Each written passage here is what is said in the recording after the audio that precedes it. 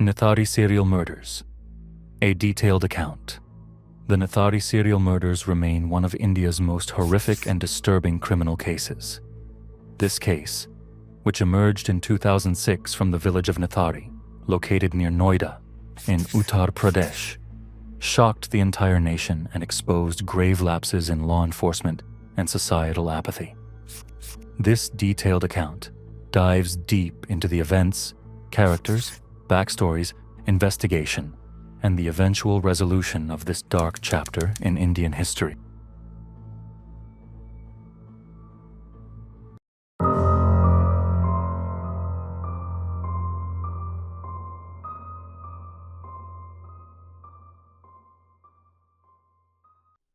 The setting: Nithari village.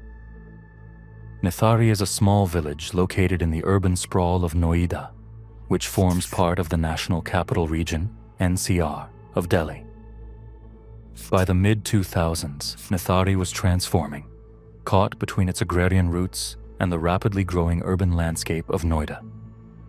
The village was populated primarily by lower-income families, many of whom worked as laborers, domestic helpers, or small-time vendors in Noida. Despite its proximity to affluence, Nithari remained a neglected settlement, marked by poor sanitation and lack of proper infrastructure.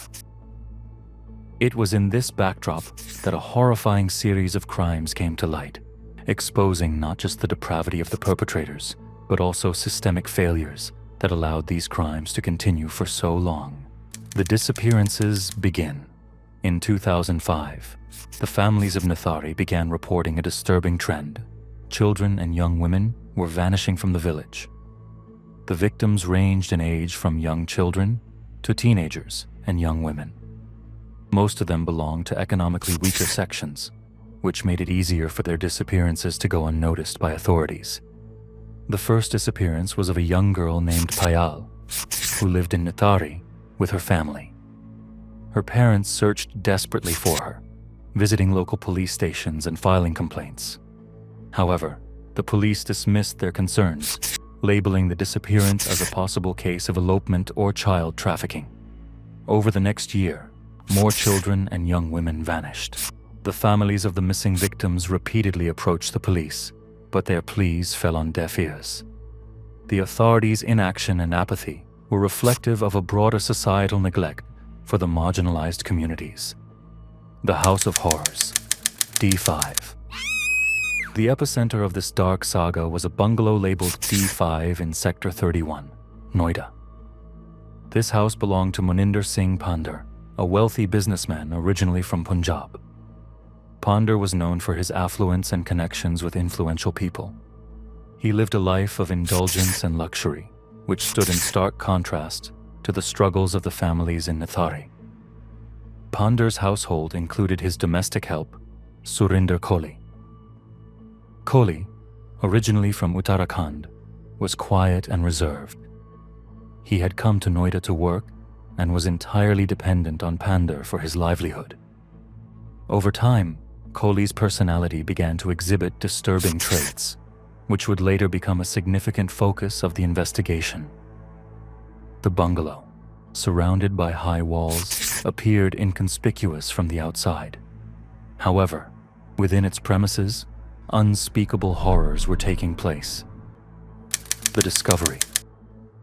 The breakthrough in the case came in December 2006, when a resident named Anil brought attention to a horrific stench emanating from a drain near the bungalow. Workers attempting to clean the drain made a grisly discovery: human skeletal remains. The police were called in, and further digging revealed multiple skulls, bones, and decomposed body parts.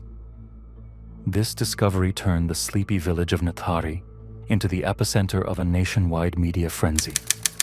The investigation unfolds. The investigation revealed a chilling modus operandi. The victims were lured into the bungalow by Koli under various pretenses. Once inside, they were assaulted, murdered, and mutilated. Koli later confessed that he consumed body parts of some victims, citing cannibalistic tendencies. Key evidence. Clothing and belongings. Inside D5, investigators found belongings of several missing victims, including clothes, toys, and footwear. Diary entries. Koli's diary contained detailed entries, which served as a grim record of his crimes. Skeletal remains. DNA analysis confirmed that the remains belonged to several missing victims, corroborating the accounts of grieving families. Confessions. During interrogation, Koli confessed to his involvement in the murders. His statements were chillingly detailed, describing how he lured the victims, committed the murders, and disposed of the bodies. Koli's confessions revealed his psychological depravity and a lack of remorse for his actions. Moninder Singh Pandher's role in the crimes, however, remained ambiguous.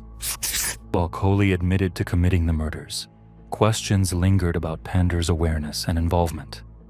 Some evidence suggested that Pandher was complicit, while other accounts indicated that he was unaware of Koli's actions. The victims. The victims of the Nithari murders were mostly children and young women from marginalized families. Each victim had a story, a life cut short by unimaginable brutality. Some notable cases include Payal, the first reported victim whose disappearance sparked the case. Her skeletal remains were among those recovered. Jyoti, a young girl who had gone missing while playing near her home. Pinky, a domestic worker who had been lured to D5 under the pretext of employment. For the families of these victims, the discovery of their loved ones' remains brought both closure and an unending sense of grief.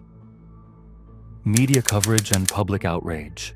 The Nithari murders received extensive media coverage, turning the spotlight on the gruesome details of the crimes and the systemic failures that allowed them to occur. The case ignited widespread outrage across the country, with demands for swift justice and accountability. The media's relentless focus on the case also exposed the apathy of the police, who had ignored the family's complaints for over a year.